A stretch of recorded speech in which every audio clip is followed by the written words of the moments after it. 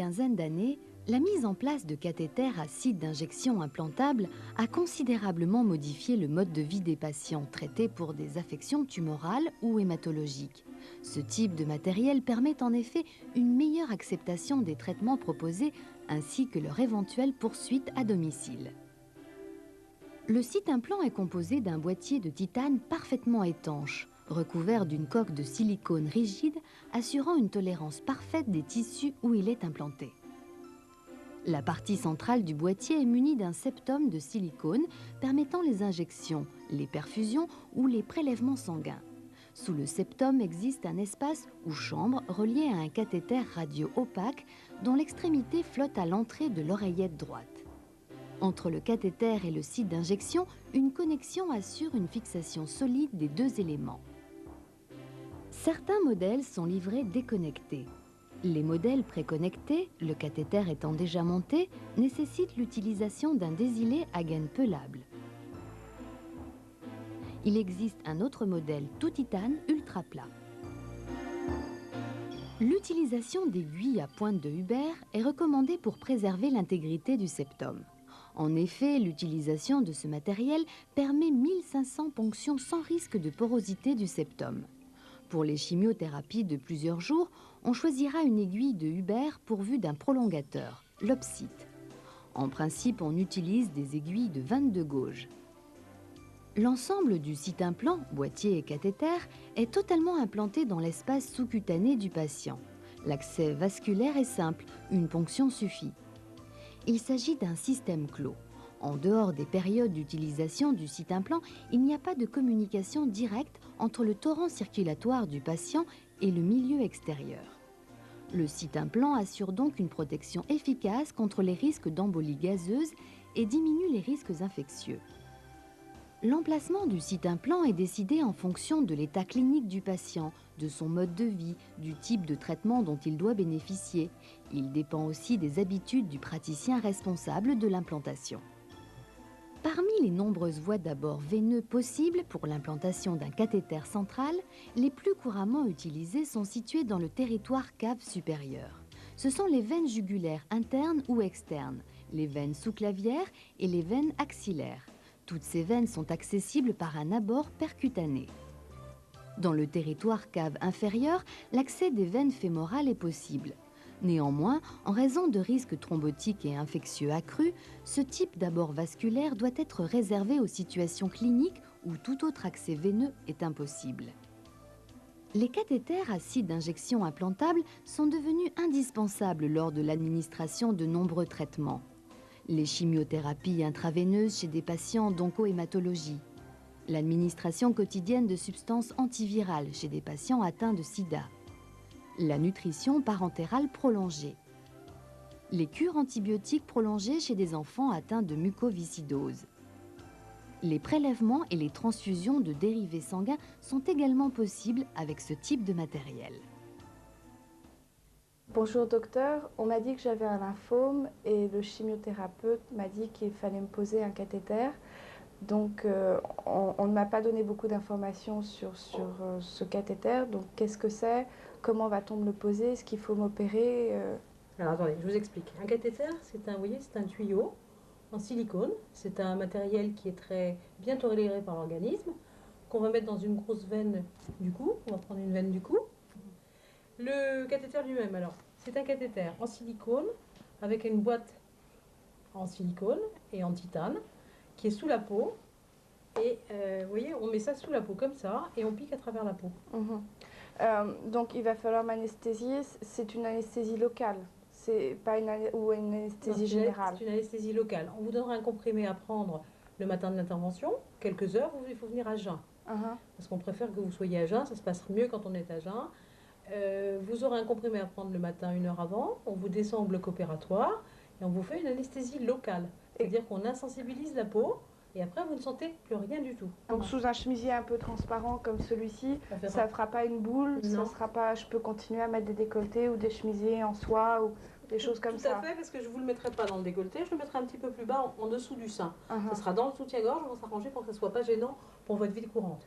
De même que pour la ceinture de sécurité, vous n'aurez pas de souci. Parce qu'on va s'arranger pour le mettre dans un endroit qui est différent de l'emplacement de la ceinture de sécurité. Ça ne peut pas causer de problème, comme je sais pas, peut-être que ça peut se boucher ou s'infecter. S'il y a un problème comme ça, Alors, que faut-il que je fasse? On va pas tout mélanger, mais ça, c'est le problème des infirmières. Et les infirmières, elles ont bien l'habitude de manipuler ce cathéter.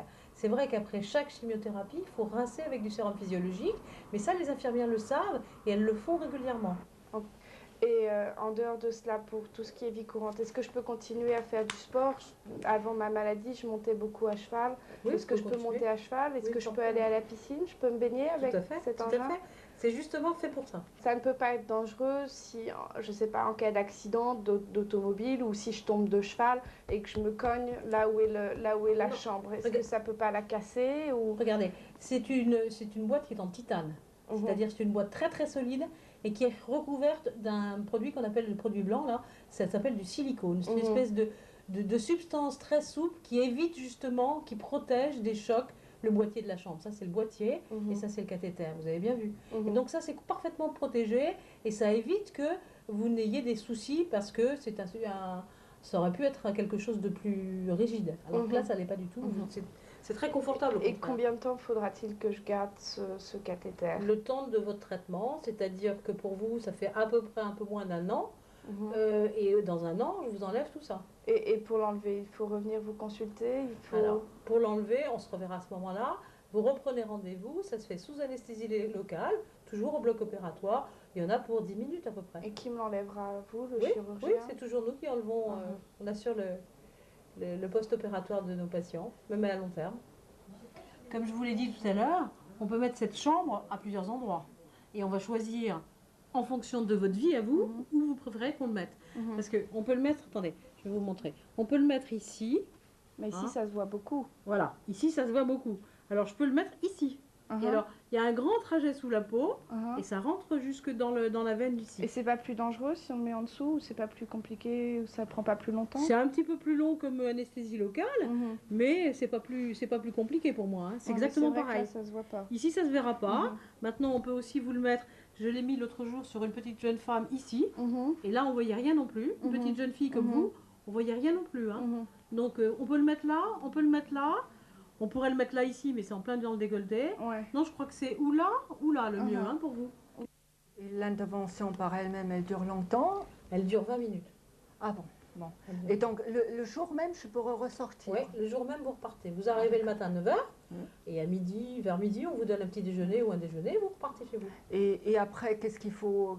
Est-ce qu'il y a une surveillance bien spécifique? Est-ce qu'il faut faire bon, à part le traitement, bien sûr, mais est-ce qu'il faut que j'ai des médicaments bien spécifiques à prendre pour entretenir la chambre? Alors, il y a deux choses. Après l'opération, on va vous donner un petit peu de calmant, parce que ça fait un tout petit peu mal au niveau du cou, comme quand on se fait une échymose, si vous voulez.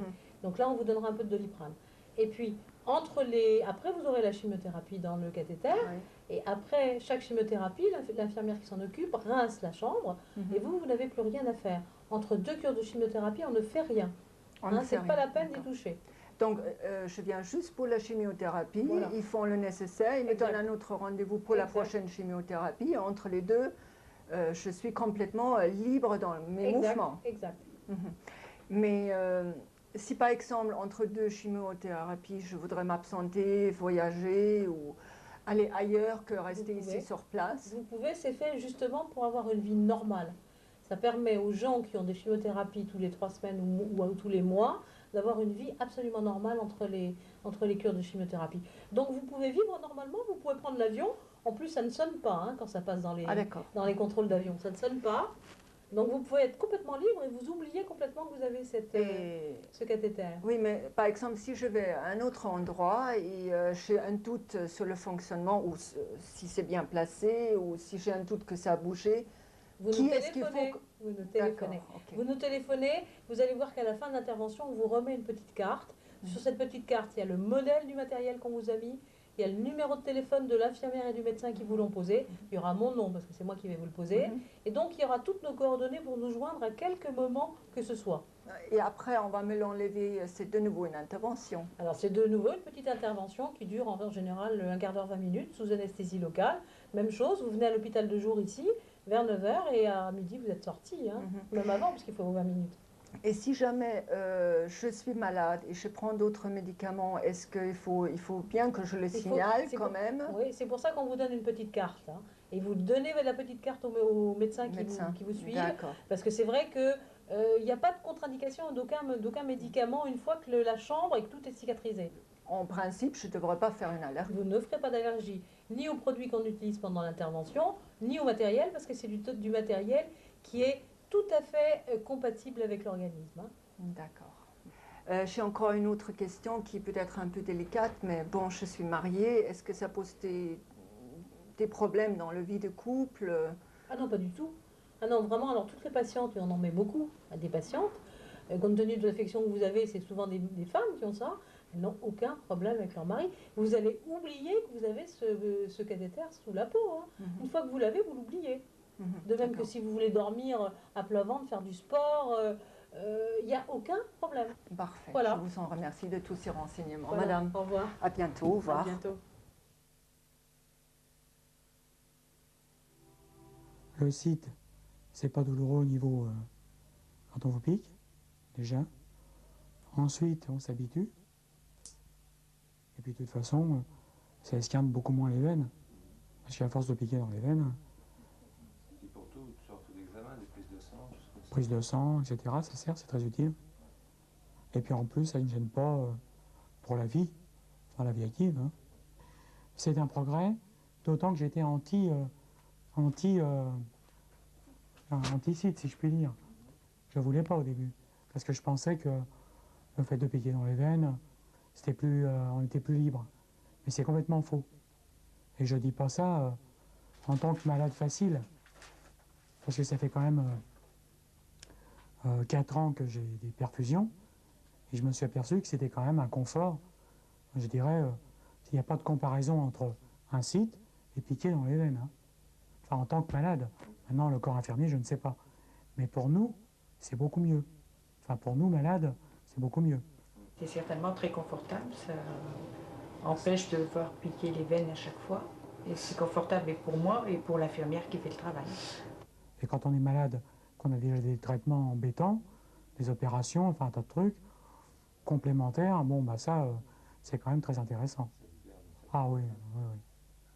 C'est vrai que le jour où on vous l'enlève, c'est un soulagement, mais ce que je peux dire, c'est que le fait de rester pendant un certain nombre de mois avec par exemple des chimios buccales, sans utilisation du site, la reprise du traitement sur le site ne gêne point.